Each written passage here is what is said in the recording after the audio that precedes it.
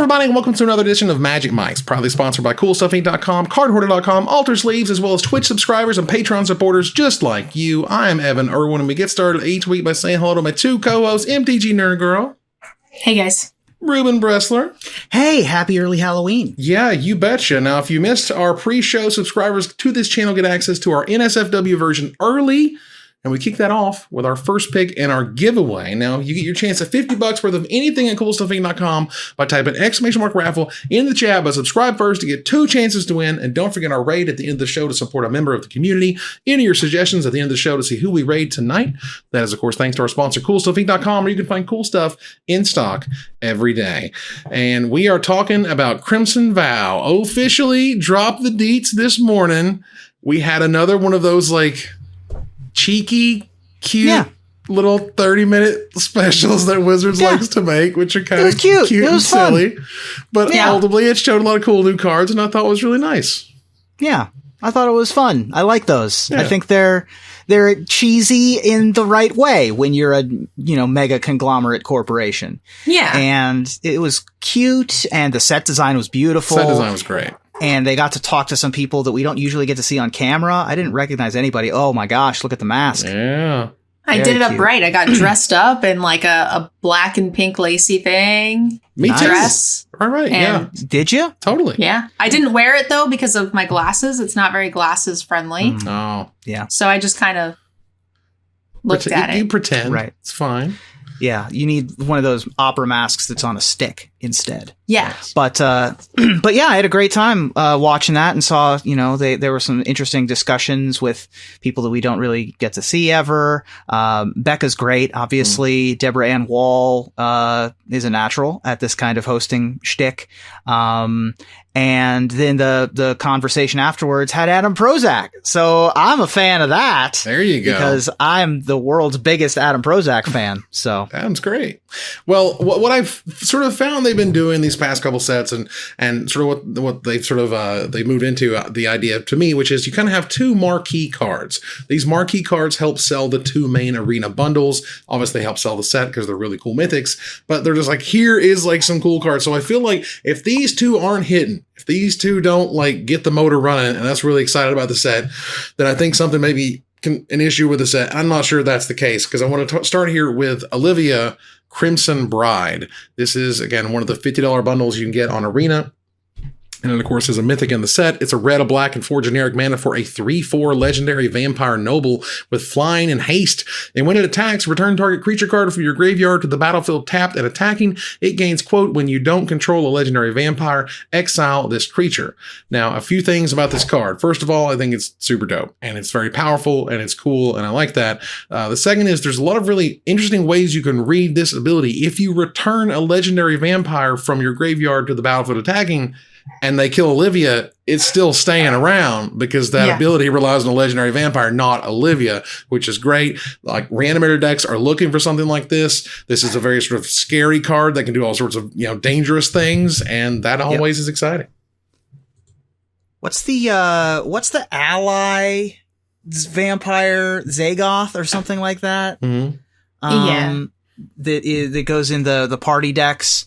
I think that's probably going to be along here. And you've got your blood tokens to be able to put your reanimator targets into the graveyard. 3/4 for 6 isn't very impressive just on stats. It's not going to be good for standard. This strikes me as an EDH card. Just hands down, this is going to be great for any of your themey vampire decks. Maybe some historic vampires will run a copy or 2 of this. But I can't see this making it in standard. I would disagree with you on that one. I think that if they give us some more enablers, a couple more, draw, discard. I mean, the blood tokens themselves that we're going to get to really help to enable put big scary stuff in the yard, but we'll get there. So that said, that's Olivia Crimson Bride. Okay. That's what we're getting there. We got lots to talk about. Right, but let's talk about Sorin the Mirthless. First of all, goodness, Sorin. Whoo! Just the brow is sweaty. He's a hot boy. I tell you what, Sorin the Mirthless is 2 black, 2 generic mana for a 4 loyalty legendary planeswalker Sorin. It has +1. Look at the top card of your library. You may reveal that card and put it into your hand, and if you do, you lose life equal to its mana value. So it's better than Dark Confidant because you don't have to reveal it. It has a -2 to create a 2/3 black vampire creature token with flying and lifelink, which is awesome. And a -7, it deals 13 damage to any target, and you gain 13 life. And look at that incredible Fang treatment version on the right. Ruben, you want to tell us about that one? So this is by the artist who's best known for the Castlevania games, I believe. Ayami, I think it is.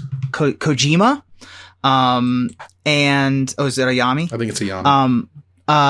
And yeah, I mean, this is Alucard from Castlevania, right? Yeah, like this is all intents and purposes. This is pretty great. And I think that this Planeswalker is also very good. This is a 4 mana, 4 loyalty Planeswalker that +1s to create card advantage, -2s to make an animal, and -7s to who cares? Like what to do some whatever. stuff, yeah. To do some stuff. Like if we're making Vampire Nighthawks and we're being a Dark Confidant, like you don't really have to do too much for the ultimate. Although the ultimate does close out games if you have a board stall eventually. Yeah, and 4 mana for a Planeswalker that's that impactful is pretty good and limited for sure. And I could see this maybe making the cut to see some play. I mean, more so than the last Vampire, but yeah. I mean, what is a Planeswalker but a miserable pile of secrets? Am I right? All right. Sure. Great. But yeah, I mean, the -2 to make a lifelink token feeds the +1 for your life total. Oh, yeah. Yeah, I mean, this card is really good. Yeah, this card is super dope. This to me, if the Olivia thing's not getting there and it's just a commander card, brawl staple, go nuts, that's awesome. This thing seems priced to move. Yeah. As it were. Yeah. I mean, Nerd Girl, is this thing ever beatable and limited? Like, ever? No. Well, I actually don't know that that's true. This is the kind of Planeswalker I don't mind seeing quite as much in limited. Really? The thing that gets me about Planeswalkers are when they come down and they make so much of a, like the turn they enter the battlefield, if their impact on the board is so devastating that it can completely swing a game that's, 80% in your favor, that is the problem. We see those with the big Chandras, with the Lilianas, things like that. This comes down, it makes a dude that likely can chump. Like a 2/3 is not overly scary. So if I'm slightly ahead, yeah, this is a beatable creature. If I have a flyer, this is beatable. I don't mind, a bomb coming down and beating me from time to time. I don't like when it comes down and it's just 100% certainty. Yeah, that's a good point. This is not a removal Planeswalker like a lot of the black Planeswalkers that we've seen. This one adds to the board and adds to your card advantage. It doesn't necessarily... doesn't destroy anything. If you're facing down a 5/5, Yeah. this isn't exactly what you want to be drawing. But if you can't deal with it, yes, it's going to win you the game. But is it unbeatable? I think not. Right. If you can't deal with it, sounds like every Planeswalker is going to win you the game at that point. Yeah, exactly. So this is kind of in that middle ground where I'm like, okay, I'm going to lose to this sometimes and I'll be okay with it. All right. So let's take a look at where Olivia hangs out in the Voldaren Estate. This is a rare land that taps to add a colorless mana. That's right, a Wingding. You may tap, pay 1 life, add 1 mana of any color, spend this mana only to cast a vampire spell, and 5 generic mana to tap, create a blood token. This ability costs 1 generic mana less to activate for each vampire you control. Now, blood tokens are new artifacts that say 1 generic mana, tap, discard a card, sacrifice this artifact, draw a card. So, interesting to me that this, obviously, blood token's a new token, and that's cool in terms of clues and things, but also, it feels like they created the ultimate madness enabler and made no madness cards. Yeah, they discussed that in the preview stream today. Did they? I didn't catch that. Because they introduced blood tokens. This was in the part with Mark Rosewater afterwards. They introduced blood tokens, and they knew that madness would work with blood tokens, but that you don't want to have 2 keywords for 1 tribe or 2 keywords for 1 color pair in the same set, because that's just too much to put into one set together. They introduced blood tokens, that's enough, but they are aware that blood tokens and madness go together. So for your, modern or your commander vampire decks, they understand that the combos are going to work together like that. Yeah, I think it might have been just a little too powerful if they had stuck them into one set, right? Yeah. And there is some stuff that's like, if you discarded a card, do some things that is coming down the pike. So that will help along as well. But this card by itself, even in a vacuum, is very, very, very good. Being able to create permanents of any kind is amazing on a land. Sure. This is going to fix colors and also have value in the late game in those vampire decks. This card, I think, is more important to get right than Olivia was, because especially the aggro tribal kind of decks, you just have a bunch of, crummy lands late in the game, and you want to have a way to generate some amount of advantage, and this is the right way to do it. Nice.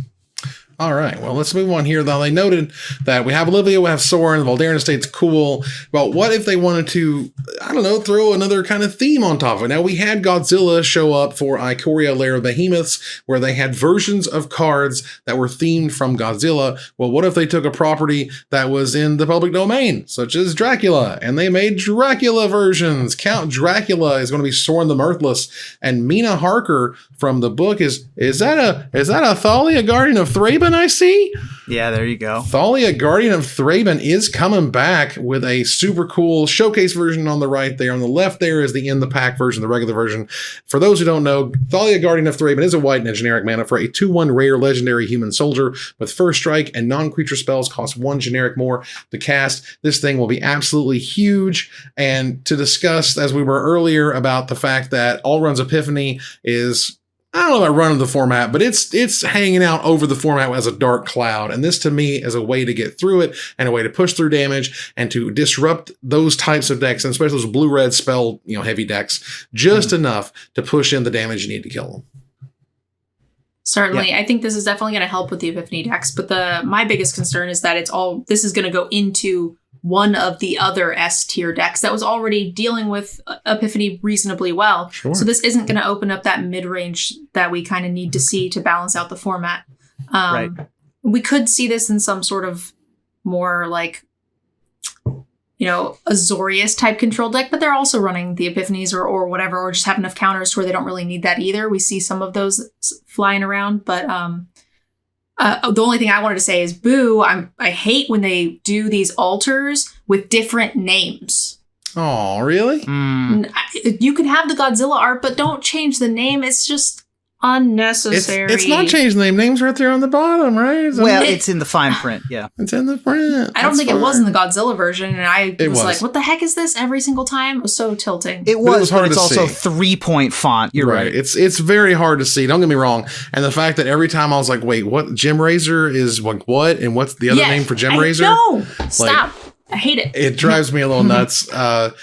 Baby Godzilla. I don't know. Right. I don't know if they fixed it, but I know for a long time you couldn't search for like Baby Godzilla and it would show you it. You have to search for the name of the magic card or whatever. They should change the art and put the stupid name in the tiny text. Put the stupid name in the tiny text. Sure. All right. Well, I'm a big fan. I mean, I personally love. I'm going to disagree with it. I love those. I think they're really cool. The kitschy names are fun. They could make the real name better, like more obvious. But yeah, I'm also not nearly as optimistic about Epiphany being less of a problem just because Thalia exists. If you want Essica's Chariot and Ren and 7 decks to be good, Thalia and Alrund's Epiphany are a rock in a hard place that you're just not going to be able to escape from. So good. I hate that combo. Oh my god. Okay. I do. I hate it. I thought that you liked big green creatures, Evan. I'm not historically. saying I don't. I'm saying I like to play constructed, and those things are really powerful. A Seeker's Chariot into Ren, copying the token Ren makes is just great. That's great magic. Okay, we'll take turns and making great birds magic? Is great too. When I cast 7 time walks in a row is what's not great. I like 7 time walks in a row. I don't. Nobody. I mean, you do because you're casting 7 time walks in a row. That's right. I think it's whatever. Woo, woo, woo. All right, let's Whatever. move on here. We're just not going to agree. It's We're not going to agree, Evan. The rare cycle for the rare dual land cycle was completed from Midnight Hunt. The other half of the dual lands for the if you control 2 or more lands, otherwise they come into play tapped. You have Deathcap Blade, basically the enemy versions, the black green, the blue, the black green, the blue green, the blue red, the red white, and the white black. All have their own super cool names that you will completely forget because there's a million land names these days and it's hard to keep them all straight. I love it. But they're great. I mean, these lands are super powerful. Oh, I love these lands. I'm playing red-green shamans in Historic right now. Nice. And these lands are very, very, very good. Yeah. I mean, this is like when people come to me and they're like, hey, Evan, I'm starting to play, Arena. What do you think the best, thing to do is? And I'm like, just craft the lands.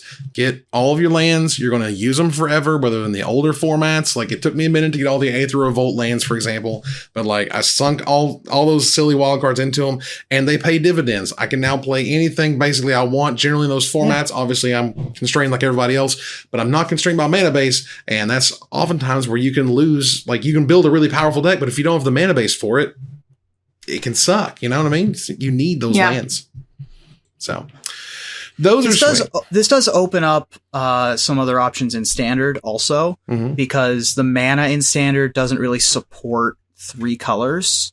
So it's possible we get some 3-color decks that aren't just Grixis control that plays till turn 20, so it doesn't really need to fix its mana.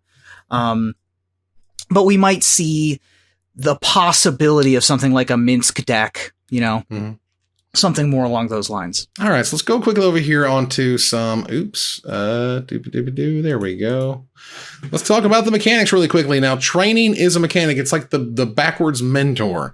For example, there's a green and 2 generic mana 1/4 here, a common human archer by the name of Apprentice Sharpshooter. So 3 mana 1/4 with reach and has training. Whenever this creature attacks with another creature with greater power, you put a +1/+1 counter on this creature. So this obviously you want to attack with 2 creatures or more. You want to attack with a greater power than that, which is awesome. And it shows you another one that's like a 3/1, 2/1, essentially a really awesome Windrake if you're able to trigger it, which was great. And generally, if you can take a look at sort of Mentor and see how that played, I feel like it would play very similarly, which is it encouraged you to attack, which is always a good thing. Usually you maybe get 1 or 2 triggers off, but oftentimes that could just be enough, particularly if it's evasive like this thing is.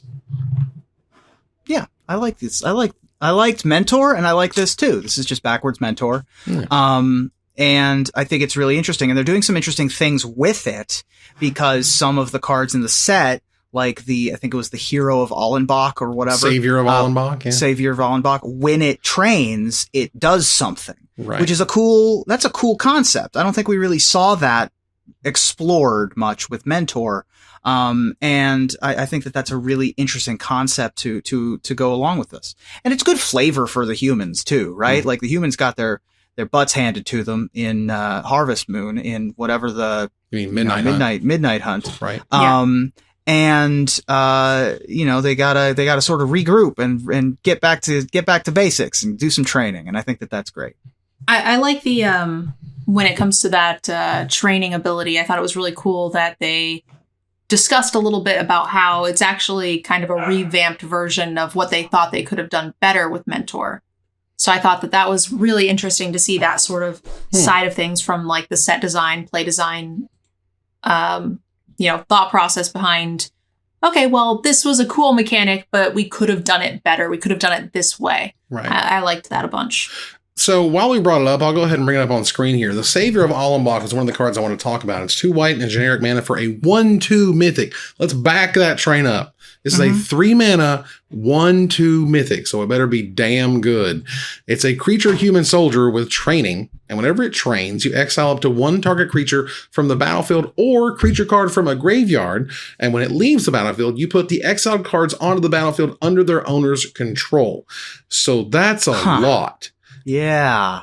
I think so. It's like a Banishing Priest, but also a reanimation thing. So it takes away. It can remove a defender, right? But it can also, if you discard it like a giant angel or something, you can put the angel under it, right? Right. and then sacrifice the savior and get the angel back. So there's Or like blanket. there's a weird or blanket. Yeah, It just true. says leaves, right? So Yeah. This is a weird card. I think that there's a possibility. I mean, this certainly you want to give this haste, right? Like Right. we're Torch Couriering or Bloodlust Insider, whatever effect we can do to give this thing haste. And then we need a 2/1 in play or a 2/2 to be able to get the trigger. It's a very exciting card, but it does require some amount of work to get to work. Yeah, this is a little slowish on the limited side of things, but again, like when it attacks, it does the thing. So it's removing the blocker. So the extra, mana cost is maybe not as big of a deal as we might think. I'm wondering if in Constructed there's some sort of like more Bogglesy type thing that this might find a home in. Right. Just because that is a heck of an effect, right? Yeah. Right. And again, for those in the chat, like this doesn't have to die. It just has to leave the battlefield in order to put all the stuff back. So it both works on stopping their creatures, but it can also essentially reanimate your creatures itself. And that's really, there's a reason, again, 3 mana, 1/2 mythic. I was like, this thing better be bananas. And it seems kind of bananas, which is terrific. To go over some other stuff here real fast, I'm going to talk about the other mechanics. Now, Cleave. All right, so Custom Magic says, what's up? This is a mechanic I saw on Custom Magic, if not once, at least 2 or 3 times. For those who are checking out the screen right now, Dig Up is there right now. Dig Up is 1 green mana. It's a Lay of the Land. It's a rare Lay of the Land. So for 1 green, it's a rare sorcery. It says, search your library for a basic land, reveal it, put it in your hand, then shuffle. Now, if you pay the Cleave cost, which is 2 black, a green, and a generic mana. So for 4 mana, you may cast a spell for its Cleave cost. If you you remove the words in square brackets. There are words in brackets, everybody. The words basic land are in brackets and reveal are in brackets. So if you pay 4 mana, that magical Cleave cost, you search your library for a card, put it into your hand, and then shuffle. So you Demonic Tutor for 4, or it's whatever Diabolic Tutor for 4 mana, which is awesome. This card is great. I'm not saying this card ain't powerful. I ain't saying this card ain't playable. I'm saying what in the hell is Cleave doing that Kicker or a split card couldn't do? Yeah. This is just profoundly ugly. Like this is really ugly, guys. Yeah, it doesn't look great. This has me flashing back to when Overload happened and it required me to get a degree in editing. And you don't need to be super clever. Like you don't need to. You can just make magic cards. We'd be okay with good magic have cards. them say what they do instead of doing this. Yeah.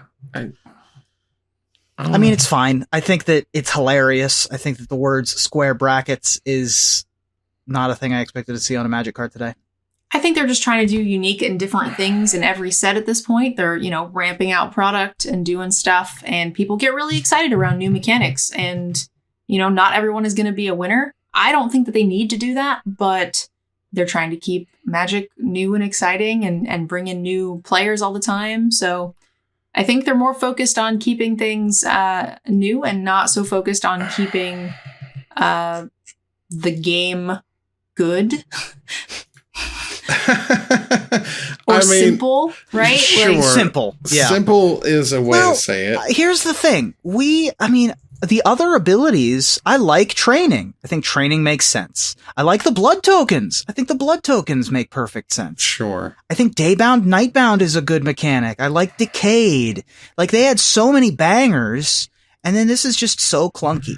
This is the big loser for me. It has been, I think, since Megamorph since I've saw a mechanic and I'm like, really, guys? Really? I just, this is one of those, like, I like the mechanics too, but sometimes you don't have to reinvent the wheel to get cute. That's the way I'd put it. Let's keep moving on here. Blood tokens we did talk about. Here's an example of what that looks like, which is awesome. I love these things. Make more of these random artifact things that do stuff, in a flavorful way. Let's go. And this is a great one too. Lets you rummage, lets you discard, lets you fix things. This is a great addition. Yeah, terrific. And there's some examples of that stuff. I won't go into them because we're going to keep going. But there's Daybound and Nightbound comes back, which is great. Disturb is coming back, but Disturb as enchantments, which is interesting. There's a 2-mana 2/2 Spirit Soldier, but it disturbs for 4 mana, a white and 3 generic mana, and you cast it transformed as a enchantment aura, enchant creature that gives the enchant creature +2/+2. Yeah. And if you were to die, it exiles as usual. There was a really interesting discussion about this in the post-show, where Disturb initially started as this and was trying to be a fix on Haunt. Right. Everybody's favorite Orzhov mechanic. And that Haunt had a really great story. Like it felt right, but mechanically it didn't really work. And this was a fixed version and it made perfect sense. And then they were like, well, we could do Disturb in 2 different ways. And then they had 2 different sets. So guess what? We could do this awesome thing. And I think that this is super excellent. I love that this is an evolution of how to use double-faced cards in general. And turning them into a different type of permanent is super interesting as well. That 4/4 that flips into turn your creature into Geist of St. Traff, by the way. The build your own Geist. That was an interesting card. Yeah. Jeez, that card's unreal. But, Nerd Girl, how do you feel about this sort of Unlimited? This is a different feel from Disturb. Yeah, it is a little bit, but we did see the night and day bound curse in the previous format, which was very similar vibe to me. And I feel like these cards, I mean, I feel like they're less impactful Unlimited than they are in Constructed. Like you can have these kind of quirky one-ofs and, you know, they don't really do all of that much. So I'm not worried about this in the slightest bit when it comes to Limited. And again, this feels very much like that curse. And I've played with and against that a fair amount and it was fine. So fair enough. Well, the last mechanic returning here, or it's the return mechanic of Exploit, last seen in Dragons of Tarkir. There is, for example, here for a 5-mana 5/4 that it has Exploit, and if you exploit a creature, each opponent sacrifices a creature, it enters the battlefield. That card's really cool, but it's also, you know, just an example of now we have decayed zombies. It's time to give them something to do. I mean, they already had something with the Siege Zombie in Limited. In Limited, yes. Yeah. Siege Zombie, Larder Zombie, tap 3 zombies to tap your creature. Like they had so much to do in Limited. And now in Double Feature, we'll get to exploit them as well. So excited. Yeah. That's going to be a good really format. Good. Nice. Well, there you go. If you look at thanks for Pharmacist Judge here, look at Graveyard Dig. That's one of the Mystery Booster playtest cards, which has things in brackets, and you can ignore the brackets with a different cost. As usual, everything in Mystery Booster playtest cards is probably coming to Magic at some point because reasons. Wow. I want to move here quickly through sinking your teeth into the booster fun and whatnot. We talked a little bit about it. They're going to have the Eternal Night Continues, more full art basic lands. There was an interesting question. Mark Rosewater asked the other day about, are they doing too much of them? Have they removed the awesomeness of them? At which point I said, why are we making lands that have giant boxes that just have one big mana symbol in them versus like showing the world as much as you can? Maybe Magic started off on the wrong foot, basically. Like, it was needed at the time in 1994 to have big giant mana symbols on the lands. I don't think you need it anymore. And in fact, I think if anything, you're making worse lands for no good reason. I mean, it probably takes some, doing. Like, there's a format of a card. The format is the picture and the box. So, like, I mean, at the start of the game, I can see how they just wouldn't have put those two things together. Yeah. I think the full arts are great. I might be a little bit on my own here, but do you guys think that the art on this cycle sucks compared to the last cycle? It's a little drab, I think, comparatively. It feels like these, again, were not made to be black and white, where the other ones really were. They were very striking to me. These feel very muted and almost like a bad printer job. Wow, I don't know if I'd go that far, but I would say that I feel like the other ones did sort of have iconography or imagery that was a little bit more sort of stark in contrast. But overall, these things look really nice. The foils look really sweet as they show you here, which is cool. They talk about Thalia here and give an example of her being foil, which is nice. The borderless and extended art treatments, of course, return. I think that the art, that style, the black and white, classic woodcut style simply does not work for lands. And I think it works really well for portraiture and for legendary creatures. I think that it is misused when tried to apply to to lands by virtue of what they are, right? Just by virtue of there isn't a focal point. There isn't stark contrast in general. I mean, basic lands can be beautiful, but there's a reason why the Bob Ross lands are like, and why Bob Ross in general was so popular. And it's because of the exploration of the fading into the background of the color and the texture and all of that stuff. And you lose that here. So that's just my... Well, moving on here, we do have the showcase Fang frames. Man, I'm excited to see all the different names of the frames moving forward, because there's no longer showcase. We have to give them unique names, and they're Fang frames this time around, which show up on different cards. And of course, the Sorin the Mirthless, which is already pre-ordering for like $70. So good luck on those opening that. The Olivia Crimson Bride looks amazing. And here's an example of it in foil, which is nice. The Dracula stuff we spoke about, which is cool. Count Dracula. It's tough because I feel like Count Dracula has been kind of Count Chocolate so much over the course of my life. It's hard to think of him as like a big scary figure versus like, chocolatey, crunchy, wonderful. And of course, the Sisters of the Undead from the book is the Olivia Crimson Bride of these treatments. So that's really neat. I think the Fang treatment's really cool. It's a really, I'm not a huge fan of all of the weird frames. This one to me works. I think that this is, I like it. Yeah, I think that this one just aesthetically is pleasing. So I like things like this more than I like the extended art even. I'm not a huge fan of extended. It doesn't seem to fit with the way like the text in the boxes are. So I think something like this is really pretty and adds like some really unique, it's very ornate. I dig that.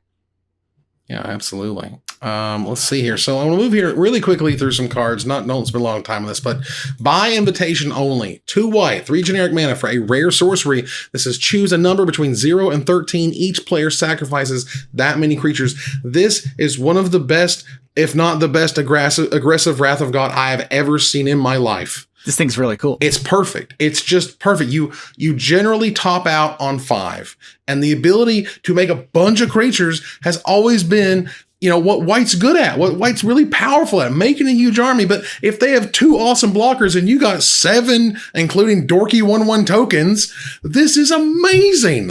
Absolutely incredible. This is fantastic. You always had the great Wraths in White, but you never were able to manipulate them to the board state you wanted, and now you do. This card's amazing. Yeah, this card is a Wrath that you can play in an aggro deck. Like, you play this alongside Adeline, and you play this alongside your Gather the Townsfolk. It's really cool. And they've snuck the number 13 onto it, because 13 is an Estrade. Of course. And it sacrifices, so you get indestructible cards. And it's just a really interesting, fun design. I love it. One of my favorite limited formats to play, or limited archetypes to play in this, has been the black wide go wide deck, and this is going to be super cool for something like that. And it has been kind of nice. There's less wraths in this than there have been in some of the previous formats. I feel like the last 2 have kind of been a little bit lighter. Like Strixhaven had 9 or something. So I was always having to do this mental gymnastics to figure things out. So I hope there's not too many. But it is cool to see this one. It's something very unique for Constructed, for sure. All right. So we spoke a little bit about Savior of All Unblock. The last one I wanted to talk about was Fell Stinger. I know this doesn't seem, I feel like a hugely, slam dunk card, but this is a promo version for a reason. It's getting the promo version for a reason. It's a black and 2 generic mana for a 3/2 uncommon zombie scorpion. A couple things. First of all, it didn't need to be a 3/2, but it is. It didn't need to be a zombie, but it is. It has Death Touch, it has Exploit, and when it exploits a creature, aka when it exploits your eye twitch, target player draws 2 cards and loses 2 life. So you're going to draw 2, lose 2, and go get a sick lesson, all on the back of this 3 mana, 3/2 Death Touch, which is going to be incredibly hard to block. This thing is amazing, coming and going. Wow. I've never met an eye twitch Abu more than Evan. It's unreal. Every second of every day is oh, guys, don't play Elrond's Epiphany or Goldspan Dragon. Eye twitch is where it's at. Eye twitch is where it's but, at. To be fair, this card is dope. First of all, with Shambling it's a Scorpion, so it has Death Touch. Yeah. Shout out to the top 10s when we had a Scorpion that didn't have Death Touch and it was very stupid. This card's unreal. This card is Muldrifter for the zombie decks. Mm-hmm. Yeah. So. This is going to be good in limited. Again, it's a weird stat to see on a Death Toucher, but I'm glad it's a Scorpion that has Death Touch. So that just makes my life easier. This is the type of card that I'm going to have, like, if I were still playing Magic Online, and drafting there, I would have like 37 of this card. Like, I would just draft it and draft it and draft it and draft it. All right, let's move here quickly to Ruben's cards. What you got? Well, I went mono red with all of my cards, because we're here in the vampire set and red cards are going to be good. Now we've been pretty, consistently getting 5 mana hasty dragons. It's true. And all of them have been pretty good. And we kind of have a 5 mana 4/4 hasty dragon, except for that it, instead of flying, it has menace. And it's named Volatile Arsonist. Okay.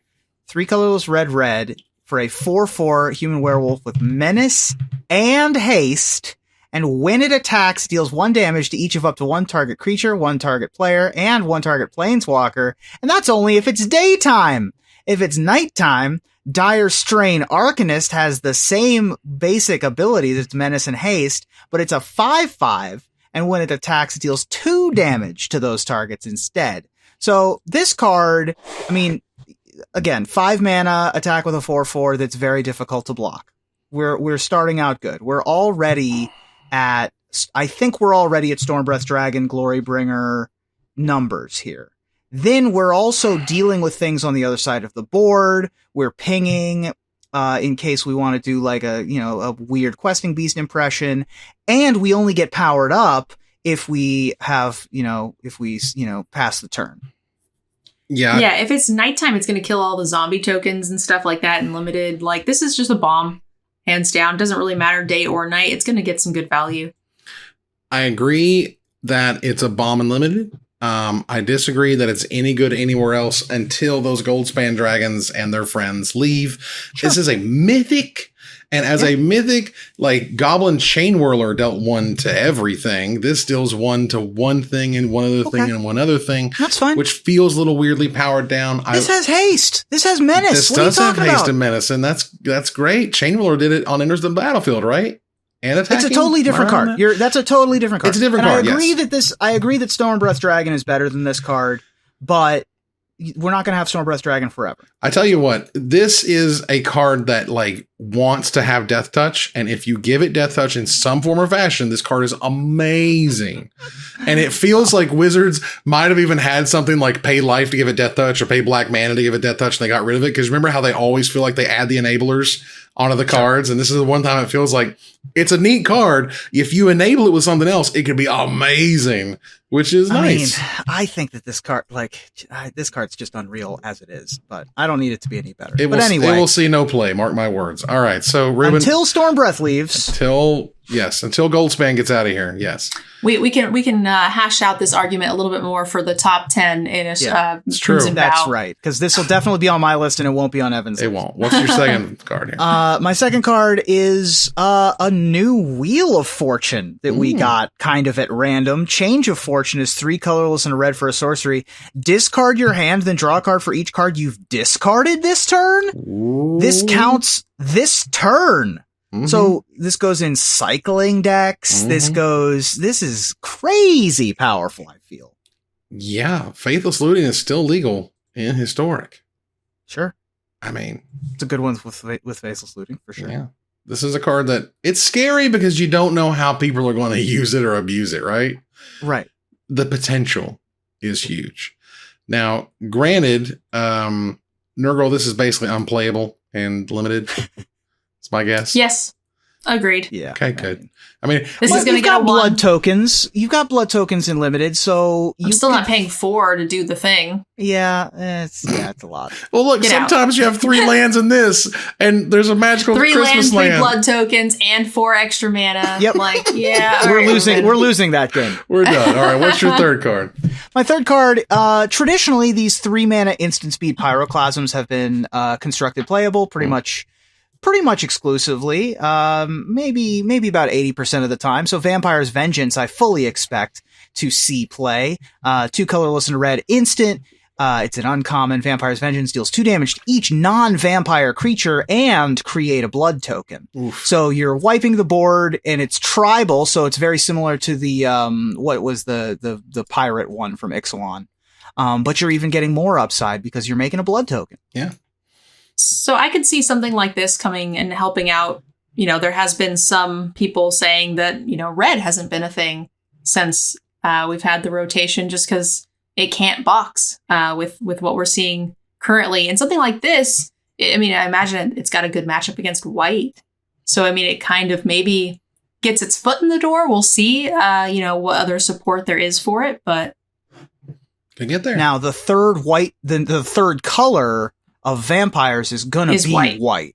Yeah. So the mono white aggro deck might just have some vampires that survive to this card, which would be unfortunate, but you know, that happens. It's like when your elementals when your like seasoned pyromancer elementals survive your opponent's Chandra -3. It's like deal 3 damage to each non-elemental. Haha, idiot. I've got a faceless agent, right? Like that kind of deal. Works out. Let's move on here out of the first pick to gather the townsfolk, thanks to our sponsor, CardHoarder.com, offering the best inventory prices and delivery of cards for Magic Online. First up here, we're going to talk about the Secret Lair Extra Life. Now, before this past weekend, can't get it anymore, but this past weekend, there was the Perfection Secret Lair that had cats on it that you can only get through Hasbro's Pulse event. They're kind of online HasCon-esque event thing, which another one of those things where I would suggest if you could have got your hands on it, you totally should have, because not only was it a secret lair, not only was it only available for like 2.5, 3 days, but it also was only available through that website, not secretlair.wizards.com. So that was a whole other hoop of stuff. But they also revealed another thing, which is the Secret Life for the Extra Life 2021. Let's take a look at that. Bring that up here. All right. In 2008, Extra Life was formed as an annual fundraising event, as you all should know. I hope so. If not, give it a Google. Find out. What's in this drop, of course, is really interesting. What they did was they had some really cool, talented children who drew images of what they had as Craterhoof Behemoth, as what they had of Muldrifter, as what they had of Metalwork Colossus, and then they had like real deal magic artists turn their drawings into like full-fledged pieces of artwork. And that was incredible. What a cool thing. Yeah. I also saw a tweet. I don't know if that like this is something that is just like personal, but like they actually made some really cool plushies out of this. I would have bought the plushies. Oh, yeah. But I don't think that was a thing. I think that's just something that just Wizards did for themselves. Mm-hmm. So I think that that's probably sitting, you know, in someone's office or something. But they were not like hand stitched. They were like legit. So I thought that was really cool. I hope that that's something they add to this as a promotion. Mm-hmm. But I've been doing the Extra Life stuff with Wizards each year for the last couple of years, and it's been great. They've been doing some really cool stuff. Oh, yeah. And this was absolutely incredible in terms of just creativity. And you have the ages of the artists at the bottom, which was great. It's 5.5. And then Magali, of course, being 41. At the end of the day, if we're talking brass tacks, this is 2 Craterhoof Behemoths for $40. Yep. Right. Good, bad, and or that's ugly. a $45 card, so pretty good. Like they pushed the juice in this. Metalwork Colossus obviously isn't that much, and Muldrifter is great because it's Muldrifter. But this is 2 Craterhoof Behemoths for $40. They're giving you the value. They're enticing you to get it in there. $50 for the foils. 2 foil Craterhoof Behemoths for $50. You just don't see it anywhere else. So the value's there. The reason to buy it is there. The whole concept was fantastic. Kudos to Wizards on this one. I do briefly want to touch on the controversy surrounding the Extra Life campaign, because there was some amount of controversy about where the money is going, which is to support an autism center that uses ABA, which is Applied Behavioral Analysis, which is not great. There are not a ton of verified charities that don't use ABA when it comes to autism. So I don't necessarily blame Wizards for this misstep. It is unfortunate. And I hesitate to even call it a misstep because people are, you know, it's a very complicated issue that I don't feel completely qualified to speak on. Right. You should do your own due diligence when it comes to what you think should be worth supporting here. Yeah. I mean, look, feel free to research this and how it works and where they're giving the money to. Yeah. And if Science you don't is feel ever comfortable, changing, and I all that stuff. Well, moving on here to something that is just good all the way around. Wizards announced that similar to the cards from the Stranger Things Secret Lair, cards from the Walking Dead Secret Lair will have an in-Magic version available on the list at a date to be announced. That's amazing. We talked about this before, which is they came up with the ultimate fix for the reason you can say you can have these, universes beyond products because we're going to make Magic versions later, and then said, no, we're not doing it for the Walking Dead. We're going to do it for everything else. And it's like, why? So I'm so happy this happened. I don't know if it was from the outrage or the outpouring of support for it or whatever. I don't care. All's well that ends well. This is a terrific change and I'm glad to see. We get more tiny names in boxes, Nerd Girl. Yeah. It's your favorite. We get Woohoo. more little itty bitty Rick Steadfast Leader. That's right. Underneath a real Magic name. As we should. That's fantastic. All right. And for those who want to play in the Eternal Weekend 2021, that is coming up soon. To play, you need a Magic Online full account, and then an entry token costs $25, and then you'll basically have up to 16 days of full access to almost every single card on Magic Online. You can play all the Legacy, all the Vintage that you want. You can participate in these events. If you go to magic.gg, you'll find a news article there. Get ready for Eternal Weekend 2021. Links in the show description notes if you want to check it out from there. These promos. Oh my God. And the promos are pretty dope. I didn't see the arts for these yet. This Bayou is incredible. Yeah, the arts are pretty nuts. I'll go ahead and give you guys a the Bayou is show you guys this spectacular. stuff. I mean, the other two are also great. The Wasteland and the Sylvan Library. But right. So the Wasteland's sweet. Oh my goodness, that's the Dean in it. Yeah. And then the Vintage is incredible. Mox Emerald, Time Twister, Oh, Sylvan Library. Mox wow. Ruby. Hey, Heyo. that's me. Awesome. Oh my goodness. Yeah, check out that Mox Emerald, which is really cool. Tiny Excellent. Twister and the Mox Rubes. Very nice. So yeah, this is the stuff that you get to play with super older formats, with super powerful cards. You get to play any deck you want, which is always lots of fun.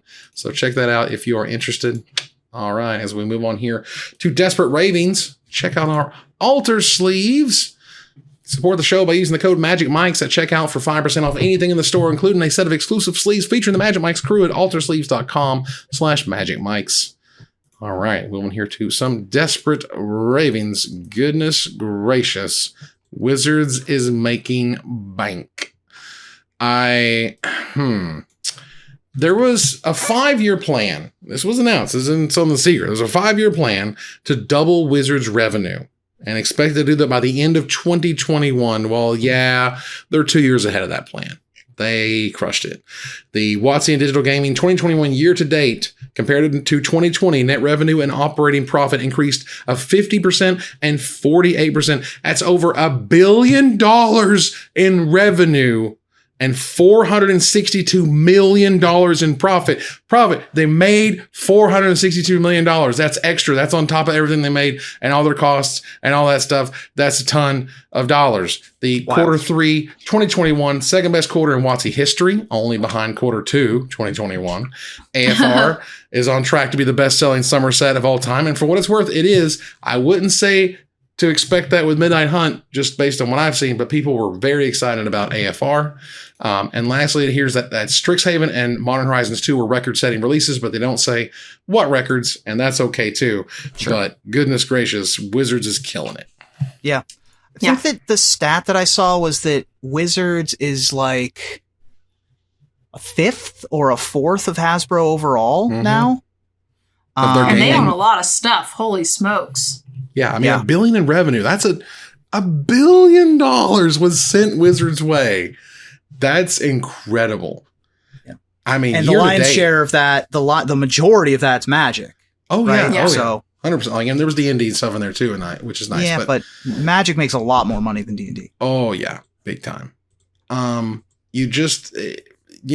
Wizards is making all the dollars. And this is, if anything, and I've seen some write-ups on it, which is Magic was not being, what's the way to put it? Was not being monetized to its potential. And now you're seeing it being monetized to its potential.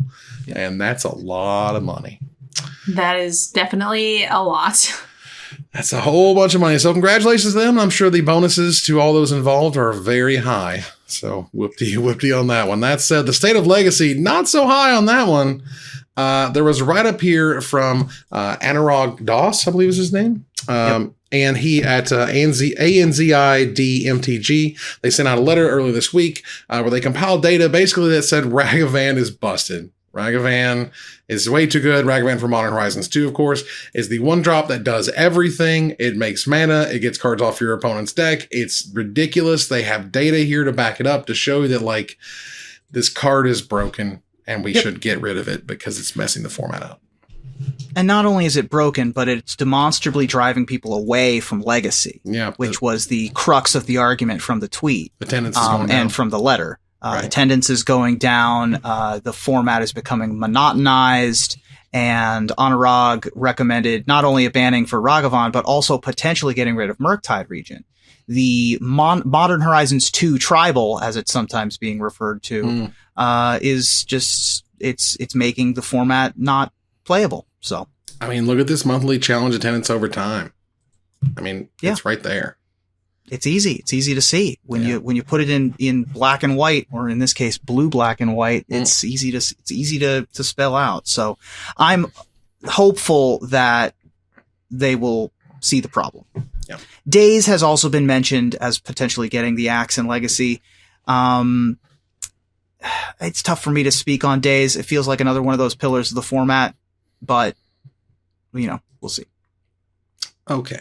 Well, moving on here, a little bit of inside baseball, but the fact that ACD Distribution lost their appeal to Wizards of the Coast was huge. This news came over ICV2.com, which is a hobby industry website, but essentially this has been going on since 2018.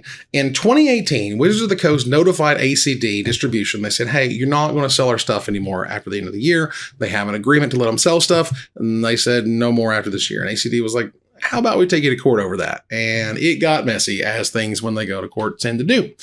And so eventually this made its way through the courts. This made its way to different jurisdiction. And before you know it, when it's all said and done, ACD lost their case entirely, and they needed to pay a total of $373,000 in fees to Wizards of the Coast. Wow.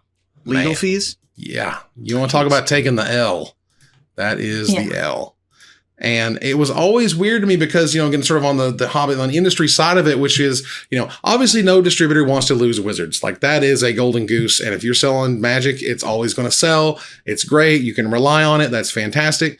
But, also Wizards has the ability to cut those agreements off. And when they decided to, and they weren't happy with it, you can't just say it's time to go to court over it. So this was, I remember talking about this on the show. This was Bob Maher's company. Yes. This was, so Wizards said after this year, we're not renewing our contract. Basically, yeah, we're not renewing our agreement. It's going to end at the end of this year. ACD sued over that. Mm-hmm. And so how? What is the grounds? What is the legal grounds for we are suing over a contract for next year that doesn't exist yet? Basically, it had to do with some laws in place about sort of fair dealing and the ability for people to who could sell certain product, who could not, about certain competition laws or competitive laws and things, as I recall, in Wisconsin. And then the stuff got moved over into Washington, so the Washington law needs to apply instead of the Wisconsin law, which is bad for ACD. And one thing led to another, and suddenly they owe a lot of money. Got it. So it started as an argument of Wizards said, we are not renewing our contract, but then it ultimately became, you can't sell our product. Right. I mean, and that is a different thing. They saw it, I felt like, at it as a different thing, essentially. Yeah. But ACD obtained a temporary restraining order preventing the termination. But after WotC was able to move the case to Washington, the order was removed in August of 2020, allowing WotC to terminate its relationship officially. And then the Ninth Circuit Court came down like a sack of hammers. Wow. And that sucks for them, and I hate to hear that. Yeah. All right. So I'm not going to bother with the Will of the Wise thing. They updated the thing. Congratulations. Yeah. They updated the art. Good fix. Fantastic. It was low-hanging fruit. I'm glad they did it. Turn the corner here to the finisher. Facebook announced they are changing the name of their overarching multimedia conglomerate brand to Meta, which will have their brands like Instagram, WhatsApp, and of course the titular Facebook under their umbrella. Rebranding is all the rage. Google is now Alphabet, Dunkin' dropped the donuts, and now the Zuck has changed the name game again. So tell me, now that the Meta is in favor of name changes, how should we rebrand Magic Mike's, Ruben? It's time to grow, to change, to evolve. Magic Mike's is so 2012. And Magic Mike's XXL is so 2015. So it's time to get a cool new reference for our show. So next week, presenting the Magic Castle. It's the most magical podcast on earth. We're going to get sued. We are going to get ceases and assists on that one. Nerd Girl? All right. I'm a brand managing machine. The Nerd Girl brand, the DGen stream, and the whole works. So honestly, the show needs some work. So I think we should capitalize on the most popular caster's popularity. So we should just rename the show to Nerd Girl and Friends. Nerd Girl and us people. Yeah. These other dorks. That's right. Look, I made the Magic Show Forgotten Lore, the complete set review, so I know how to make an indelible name that will stick. So here's the new hotness, ladies and gentlemen, presenting Magic Legends, because nothing could possibly go wrong with a product name like that. That one was the best one, Ruben. Yeah. That was a good one. That was good. That ends another live episode of Magic Mike's. Thanks for joining us here to discuss all things magic. Thank you, Nerd Girl. Thanks for having me. Thank you, Ruben. Hey, have a safe Halloween, everybody. Yeah, please do. As we move here to our final slide, I want to thank our sponsor, CoolStuffing.com, our co-sponsors, CardHoarder.com, and Alter Sleeves. Use the code MagicMikes on AlterSleeves.com. My co-host, Nerd Girl, and Ruben Bressler, you guys for watching and listening, and help us support us at Patreon.com/MagicMikes. Please follow, like, tweet, favorite, share, subscribe to everything social that tells people we exist. Catch us online on our Discord, Twitch.tv at Magic Mikes, on Twitter at Magic Mikes Cast, our Magic Mikes subreddit, and like the Magic Mikes page on Facebook. Or join us here next week, same time, same place, for another episode of Magic Mikes. Good night, everybody.